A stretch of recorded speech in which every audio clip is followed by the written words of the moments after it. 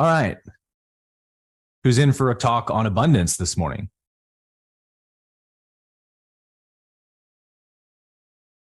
Yeah, I'm feeling abundant. So let's talk about it. So, we want to keep revisiting these topics that we just drill in this course curriculum, right? Abundance being one of the primary ones, because our recognition of abundance is what dispels the myth, the illusion of lack. Yeah, so we're not trying to get rid of lack. We're not trying to get rid of even our belief in lack, really. We're just trying to see the truth of abundance. And the truth of abundance is inseparable from the truth of oneness, right? There's no abundance outside of oneness. There's only separation and lack. So in oneness, what have we been talking about oneness as? Everything existing in relationship, yeah? So that must mean abundance only exists in relationship. So as we've gone through Master Your Mind, we listened to the lecture on lack. It resonates, it feels true in our being, but we may still go on living with some lack beliefs, filtering through our life. We may still be acting out our belief in lack for quite some time, which is to be expected as we're gaining mastery over that part of the mind, right? As we're untraining the old patterns and retraining the new patterns based on truth, it will take some time to integrate that, but we do need to start paying attention, nevertheless, to the ways in which we are acting out the belief in lack. And so I want to give you a good framework for this. We have to know that abundance is the truth, whether we like it or not. Like whether we're living in alignment with the truth of abundance, whether we're acting out abundance, or whether we're living in the illusion of lack, abundance is going on with or without our participation, right? It's an inescapable law of the universe. It's a law of oneness. So it's always going on. So we can either choose to participate in it. We can invite ourselves to the dance and dance with the universe, the endless flow of giving and receiving, or we can continue to deny ourselves from abundance by not being in loving relationship to it, right?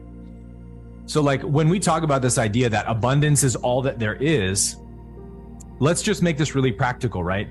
We can get really fancy when we talk about, the metaphysics of abundance versus lack. We can nerd out, we can get, high philosophical, but we don't need to, because it is the truth. And so it actually should be very easy to see and very simple to us. It's an understanding that doesn't have to be complex at all. So in that light, for the sake of simplicity, let's just refer for a moment to everything in the material universe as things. Let's just call them things. So we live in a universe of things, right? Form, objects, things. Would anyone deny that we live in a universe of things? That's our experience, right? So because the whole universe is just a bunch of things, we have to ask the question, are there any not things in the universe? Like, are there any non-things existing alongside of things? Everything that exists, every object, is just a representation of abundance, right? Abundance and infinity are synonyms. Abundance is another word for infinity, and vice versa. So we already agree that the universe is infinite, right? We even science agrees that the universe is infinite. So if I said to you right now, point to a thing, you can literally point in any direction and you're going to point to something, right? There's always a thing there to be pointed at. Point me to a thing. Boom, evidence everywhere. Everywhere I look, there's things permeating my surrounding. What if I said, point to a non-thing? Point to a not thing. How would you do that? How are you going to point me to a non-thing? In this simplistic example, we see what the belief in lack really is from a different perspective. The belief in lack is literally the belief in non-things, right? If you believe that lack exists, you believe that non-things exist. And if you say that, if that's your belief, you've got a problem, because I'm going to need you to show me some evidence, just one piece of evidence that a non-thing exists. Can you give me a single quality of a non-thing? Can you measure a non-thing? Can you put it on a scale? Can we quantify how much energy is contained within a non-thing? We can't apply any single objective measurement to a non-thing, because there are no such things as non-things. There's only things. We live in a universe of things, which is synonymous with saying a universe of abundance. So everywhere you look, all you're ever seeing is abundance. Everything is a symbol of abundance. Everything is a potential arising from the infinite field, right? So abundance is all that there is. This isn't a nice phrase. This isn't a feel-good message. This is science, right? This is fact. We don't ever see something called lack. Has anyone ever captured lack, put it in a bottle, put it on display at a museum so we can go take a tour of lack and see what lack really looks like up close? So if abundance is all that there is, everything is just a symbol of abundance. And if everything exists in relationship, then there's only what I'm not in relationship with, right? There's no such thing as lack. But think about this practically. Abundance doesn't mean that every single thing in the universe should be sitting on my lap at all times forever. That's not how abundance works, right? We have to be a little more nuanced in our approach to these metaphysical laws. Abundance doesn't mean that I have in my physical possession every object I could ever want right now. They're all out there in the infinite field of abundance, but the universe lets us choose what we want to experience in that abundance. Like, you can live a whole life, and if you don't want to experience any particular part of abundance, let's say you're never interested in having the experience of abundant finances in this life. You're perfectly happy to just live below your means and live a frugal life. No problem, right? Equally valid as being a billionaire. So the universe will not say, no, you have to have financial wealth. You're just telling the universe what you want based on what you're engaging in a loving relationship with. Who's tracking? I don't want to lose you guys. Are you really tracking with this so far? I want this to make sense, like in a childlike way. This shouldn't feel complex, right? Trying to make this very easy for us. Everything exists out there all the time, all at once, but there's only what you're in relationship to. Like, imagine the incomprehensible black hole that would be created if all objects in the universe were in a single point in space on my lap right here. It would just create a black hole that would suck everything into it, right? So much mass and density. So the universe has to be spread out so we can go out amongst it and explore it, right? And choose what we want. So abundance is all that there is, guys, but you will only experience the aspects of abundance that you intentionally engage in relationship with. So a poor person is just somebody who's not in a loving relationship to wealth. A sick person is just someone who's not in relationship to health. These things are simple, yeah? Universe won't force you to do anything. So it will just give you the opportunity to choose what part of oneness you want to experience. So this is why we say in module 5, I believe, only what I do not give can ever be lacking, right?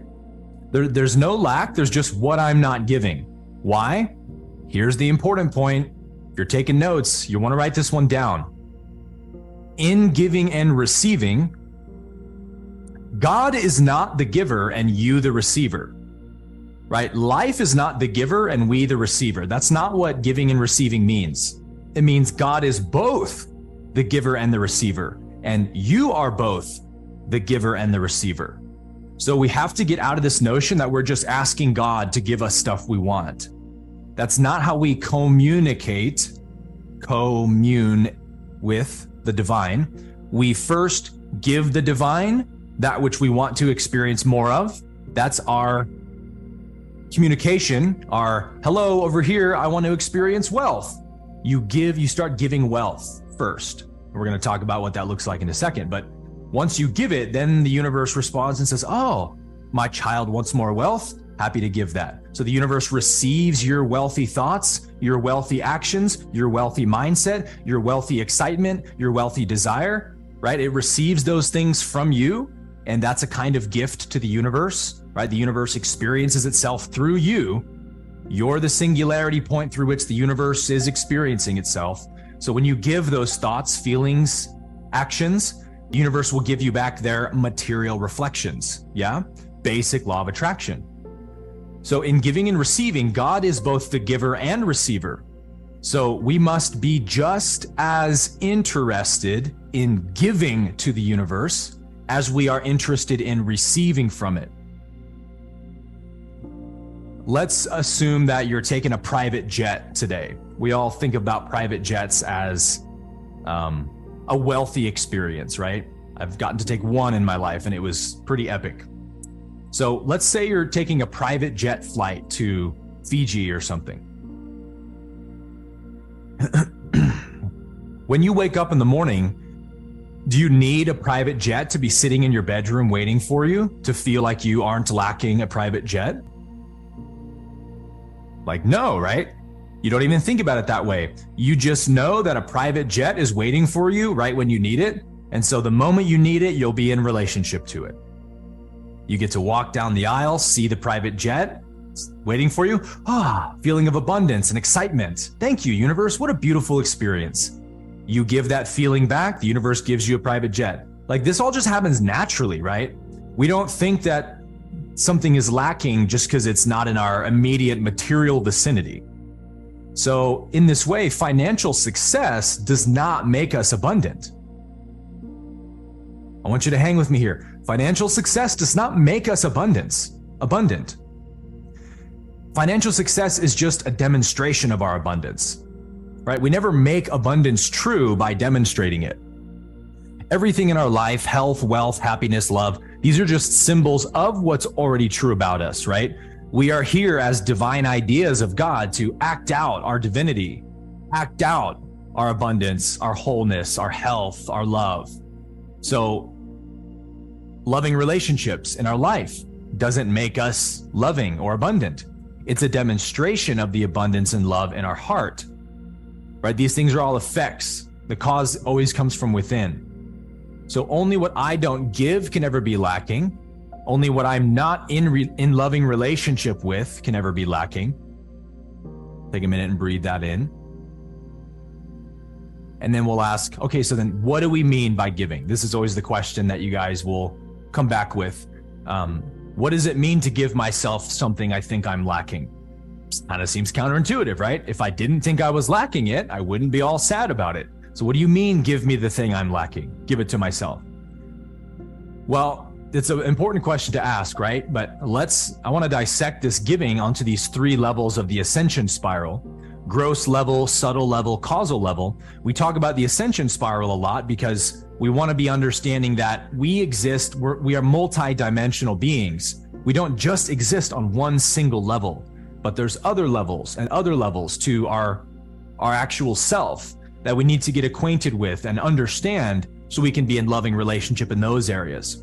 So we have gross body, subtle body, causal body, or body, mind, spirit. So if we exist on all three of those levels, don't you think we can give and receive on all three of those levels? Makes sense to me.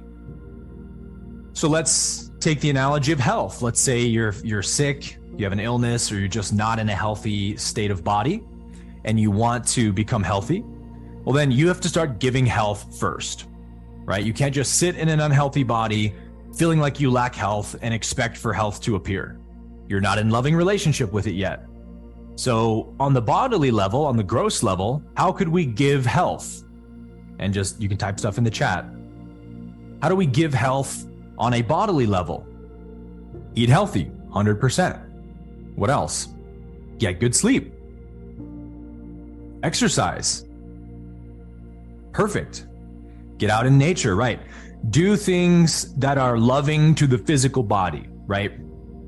Now, if we're eating the foods that our body has evolved to eat, food from the earth, organic, natural, right? Then that's a loving relationship, because that's the fuel the body has evolved from and out of. Literally, our body is made out of what we eat, right? And so the intelligence of nature in the body works a certain way. It has a certain kind of harmony and cohesion, right? So if I'm eating a bunch of heavy metals and chemical pesticides, it's not that those things are evil, right, or bad. They fit in somewhere in this universe. Heavy metals have a valid place where they belong in this universe. My physical body is not that place. My physical body didn't evolve from heavy metals, right? So putting lots of heavy metals in it is not very loving to it. It makes its job a little bit harder. It creates entropy in the body. So just from a practical level, we can begin engaging in loving relationship to the body by doing things that we know make the body's time easier. The body's like a 24/7 round the clock servant working on your behalf to keep homeostasis and balance, right? So if you're just like using the body as a pleasure seeking device, you're just eating, junk food constantly and doing drugs and all this stuff. It's not that you can't do that if you want to, but if you realized what an unloving, kind of abusive relationship that is to the body, you really wouldn't want to do it anymore. People do that stuff because they're so dissociated from the body, right? They're so disconnected from the body that it's like, whatever, the body's just a means to an end for me to get some pleasure. And so that's not loving, right? So we can give health to the body on that level, obviously, right? Very simple. What about the mind? How do we give health to the mind? Type it in the chat. Meditate. Awesome. Loving awareness of our thoughts. Brilliant.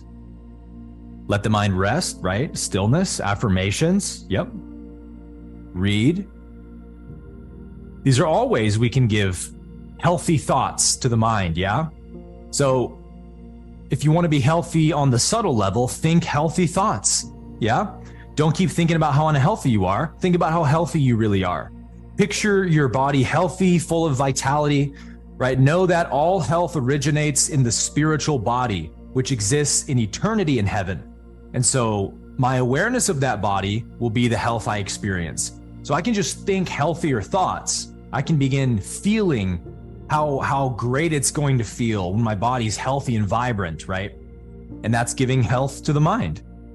And then what about the causal level, which is the spiritual plane or the karmic plane? This one may be a little bit trickier, but feel free to take a shot at it in the chat. How are some ways we could give health to the causal body? Good, Lisa. Acceptance. Certain kinds of yoga, Christine, that's true. Everything is here to be loved. Breath work, serving others, very good. Serving others is a way we can give health to the spiritual body by giving health to others, because in spirit, all bodies are one, right? In spirit, everyone is myself. So by blessing and loving others, I am giving health to my causal body. I'm rejoining my spirit with all other spirits, right? That I've for so long felt disconnected and separate from. I'm beginning to join with the spiritual universe around me. Prayer, very good. Essentially what we're saying here is, when we talk about the causal level, we talk a lot about the catalyst journal. The catalyst journal is our way to begin healing the causal body, right? By seeing the life catalyst, the life lessons that it's presenting to us, and choosing differently, choosing truly, right? So beyond service to others and trying to give health to others, what we can do is start paying attention to our life circumstances and say, where are my life circumstances showing me where I've been choosing sickness, right? So maybe the decision to do all those drugs, the decision to eat all that junk food all the time. Maybe now when I have a craving, this is a chance for me to make a new choice, to learn a new lesson so that I can heal my spiritual sickness. Yeah, my cravings, my karmas, the things that are weighing my soul down in this life. Those are my cravings, my addictions, and that's the kind of sickness of the spirit, right? There's no physical body for a spirit to be sick in, so the spirit is sick when it's loaded with karma, right? when it's loaded with burdens, addictions, habits, negative patterns of behavior. These are the ways that we create a sick causal body, and we heal it by healing our karma in that area. So healing your karma around health in the body would be one way to heal, to give health into the causal body. So we can give on all three of these levels, right? And we should be paying attention to these levels as our day is going on, because really many decisions we're making a choice to heal at all three levels, right? It's really great for you to make a new dietary pattern that's healthier because you want to help give love to the physical body. That's great. But what if you could be aware also of the thoughts you're thinking about it, making sure that those are positive, loving thoughts about health? And then what if you could see the life test being offered to you to transcend your addiction, and you're engaging with it on that level as well, right? You're recognizing the karmic pattern here that you're transcending. If you're doing all three of those things while you're eating a healthier diet, you're giving health on the gross, subtle, and causal level all at once.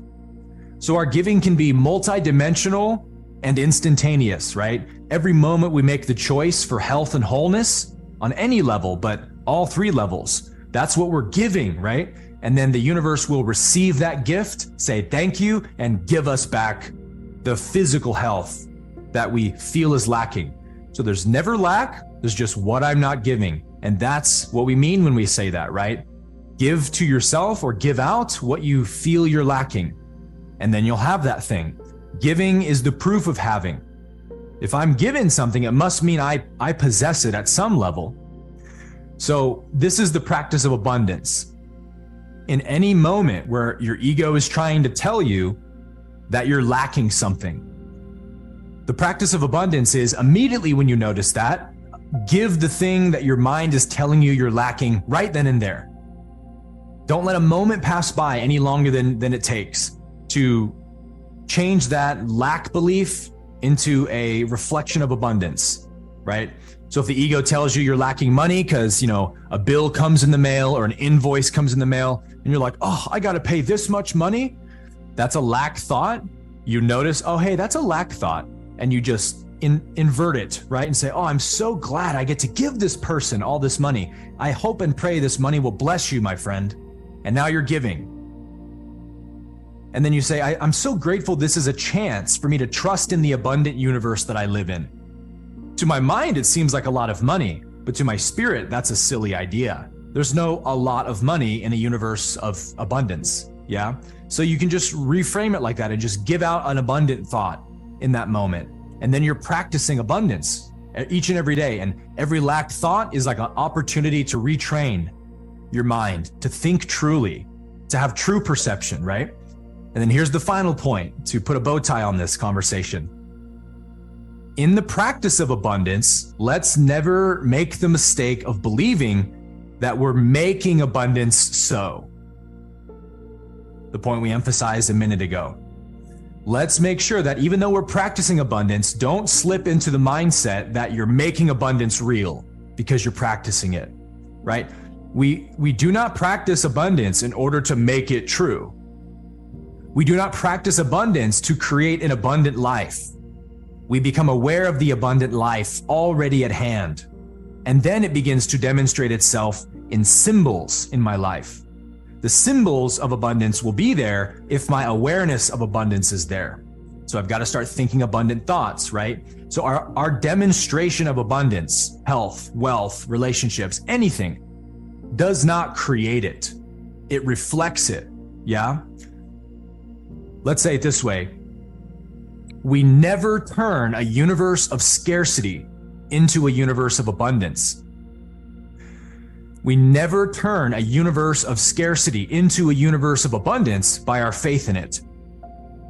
The universe is already abundant, right? So we never have to work for it. There's no effort actually involved. We never have to work for the truth to demonstrate itself. Honestly, we don't even need a correct understanding of it, truthfully. Truth only requires our love, our devotion, and our trust. Truth only asks for our love of the truth, our devotion to the truth, and our trust in the truth. By being in loving relationship to all things, at all times and all circumstances, we are demonstrating our love of the truth, yeah? You would only be in a loving relationship with anything because you first love truth. Because the truth of the universe is oneness, we engage in loving relationship with everything.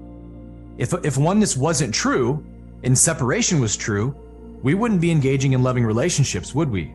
It's because it's true that we do it, not the reverse. So this gift will always be given back to us. Whatever we give will always be given back to us in the form of whatever increases our love, our joy, our devotion to the truth.